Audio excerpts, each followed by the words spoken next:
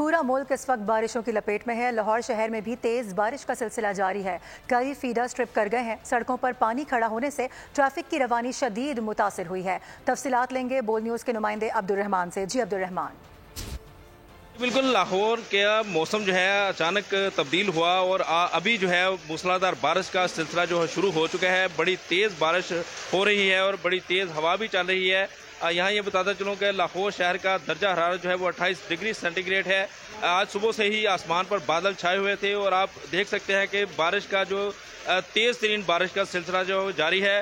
محکمہ موسمیات کے مطابق بارش کا یہ سلسلہ آئندہ پورے ہفتے تک جاری رہے گا۔ تیز بارش کے ساتھ ہی لاہور میں کئی فیڈر جو ہیں وہ ٹرپ کر چکے ہیں۔ سڑکوں پر پانی کھڑا ہو چکا ہے اور ٹریفک کی روانی بھی شدید متاثر ہوئی ہے۔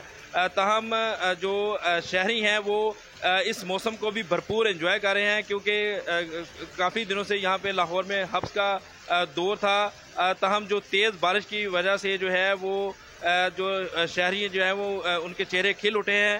دوسرا یہ بھی بتاتا چلوں کہ شہر میں کئی فیڈر ٹرپ ہونے سے کاروباری سرگرمیاں جو ہیں وہ بھی تعطل کا عبد الرحمان بہت شکریہ۔